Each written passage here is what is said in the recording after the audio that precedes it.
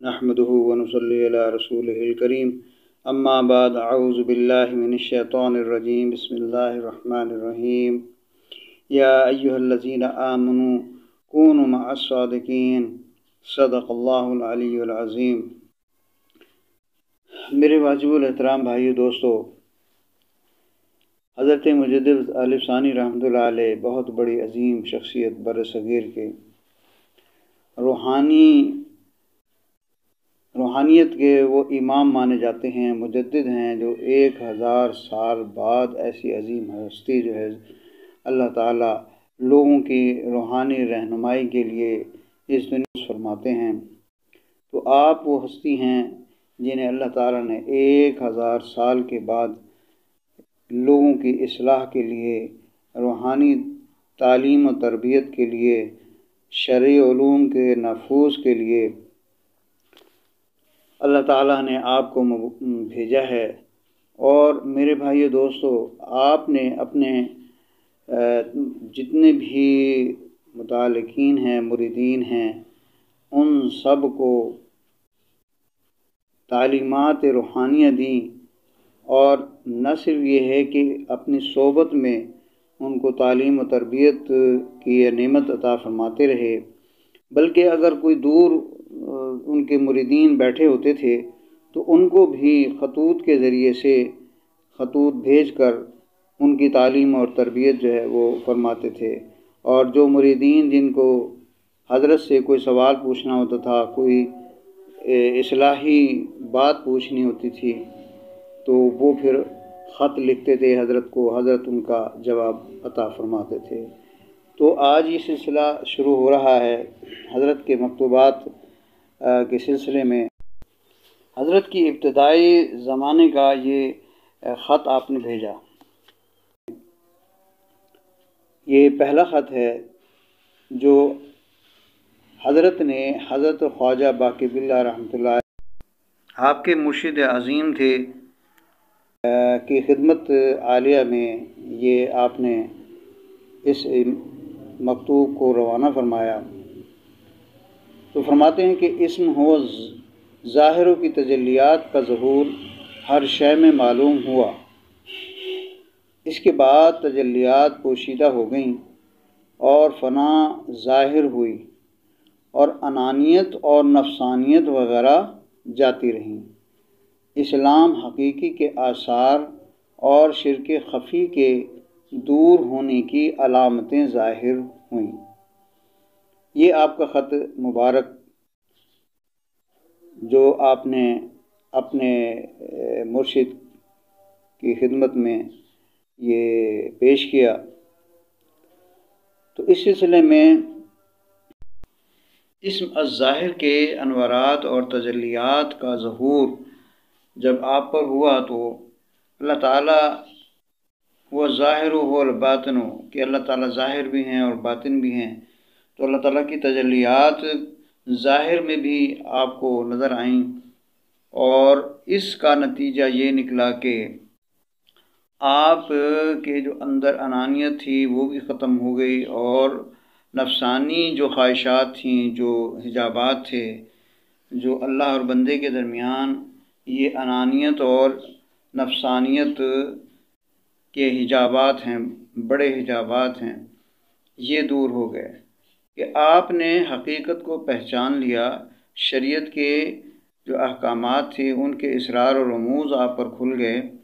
और आपने जान लिया कि शरीयत जो है ये लाजिम है, शरीयत ही के फल हैं जो जितने भी इंसान रूहानी मकामात और तजल्लियात हासिल करता है, ये सब शरीयत के फल हैं, शरीयत के दरख्त के फल हैं सारे के सारे। तो इसी तरह से जो यानी इंसान के अंदर जितनी भी मनफी चीज़ें हैं वो सारी की सारी निकल जाती हैं जब इस्म अज़-ज़ाहिर की तजल्लियात इंसान के ऊपर पड़ती हैं। तो इंसान अपने रब को गोया के अपने रब को अपनी आँखों से देख रहा है तजल्लियात के ज़रिए से, यानी तजल्लियात से उसका दिल, उसकी रूह और उसका दिमाग, उसकी हर शय वो اللہ تعالیٰ کی اس میں ظاہر کی تجلیات سے بالکل ایسا محسوس کرتا ہے کہ بس میرا اللہ میرے ساتھ ہیں، میرے قریب ہیں، اور میں قلبی طور پر یعنی روحانی طور پر قلبی طور پر میں اللہ تعالیٰ کو دیکھ رہا ہوں۔ ظاہری ان آنکھوں سے تو انسان نہیں دیکھ سکتا، لہٰذا شرک خفی بھی دور ہو گیا۔ آپ کے سامنے اللہ تعالیٰ کی ذات کی صفات کا جب ظہور انوارات کے ذریعے ہوا تو یقین آ گیا کہ وہی ذات ہے اس کائنات کے اندر جس نے اس پوری کائنات کو بنایا ہے۔ اپنی صفات کے ظہور کا اللہ تعالیٰ نے ظاہر جو فرمایا، اس سے اللہ تعالیٰ کی ذات پر مکمل کامل درجے کا یقین اللہ تعالیٰ نے نصیب فرمایا، اور اس یقین کی وجہ سے آپ کے اندر سے شرک خفی جو ہے وہ نکل گیا، اور حقیقی اسلام کے آثار ظاہر ہوئے، اور کامل درجے میں ایمان نصیب ہوا، اور کامل درجے میں فنائیت نصیب ہوئی کہ اللہ تعالیٰ کی ذات و صفات میں آپ کو اس قدر محویت ہو گئی کہ جو غیر تھا، جتنی مخلوقات ہیں وہ ساری آپ کے دل و دماغ سے آپ کے محو ہو گئیں، اور آپ اللہ تعالیٰ کی ذات میں فنا ہو گئے۔ اپنے ساتھ اللہ تعالیٰ نے ان کو بقا کا مقام، اعلیٰ مقام نصیب فرمایا۔ اللہ تعالیٰ کی ذات کے ساتھ بقا نصیب ہو جائے، یہ بہت ہی خوش نصیبی کی بات ہے۔ تو اللہ تعالیٰ ہم سب کو فنا اور کامل درجے کی فنا اور بقا نصیب فرمائے۔ جب سالک اپنے آپ سے فانی ہو جاتا ہے، بے اختیار ہو جاتا ہے، اور سب کچھ اپنے رب رحمان کی طرف سے سمجھتا ہے اور اسی پر توکل بھروسہ کرتا ہے، تو پھر وہ اللہ تعالیٰ کے ساتھ باقی رہتا ہے، اور باقی اپنے تمام معاملات اپنے رب کے حوالے کر دیتا ہے، اور اسی کے ساتھ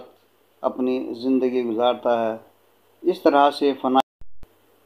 فنائیت کے بعد پھر انسان کو بقا حاصل ہوتی ہے۔ جیسے اللہ فرماتے ہیں، میں اس کے آنکھ بن جاتا ہوں جس سے دیکھتا ہے، میں اس کے ہاتھ بن جاتا ہوں جس سے وہ کام کرتا ہے، میں اس کے کان بن جاتا ہوں جس سے وہ سنتا ہے۔ اسی طرح سے وہ اللہ تعالیٰ کی ذات میں فنا ہو جاتا ہے، اور اللہ تعالیٰ اسے اپنے ساتھ باقی رکھتے ہیں، اور یہ بڑے خوبصورت فنا اور بقا کا احساس انسان کے اندر اس کو شاداں اور فرحاں رکھتا ہے، اور وہ اللہ کے رسول کی مرضی کے مطابق زندگی گزارتا ہے، اور سنت کے مطابق سنت کو اپنا اوڑھنا پچھونا بنا لیتا ہے، یعنی اس کا ہر عمل سنت کے مطابق ہوتا ہے۔ ہمارے نبی پاک صلی اللہ علیہ وسلم کی محبت دل میں آتی ہے، کامل درجے کی محبت آتی ہے، اور آپ صلی اللہ علیہ وسلم کی زندگی کا جو نصب العین ہے اس کو اپنا لیتا ہے۔ اس طرح فنا فی الشیخ سے فنا فی الرسول صلی اللہ علیہ وسلم کا مقام اور مرتبہ حاصل کرتا ہے۔ اس طرح مقام فنا فی الرسول سے ترقی کر کے پھر وہ فنا فی اللہ کا مقام اللہ سے عطا فرماتے ہیں، اور فنا اپنی ذات عالی میں کر کے اس کو اپنی ذات عالی کے ساتھ بقا نصیب فرماتے ہیں۔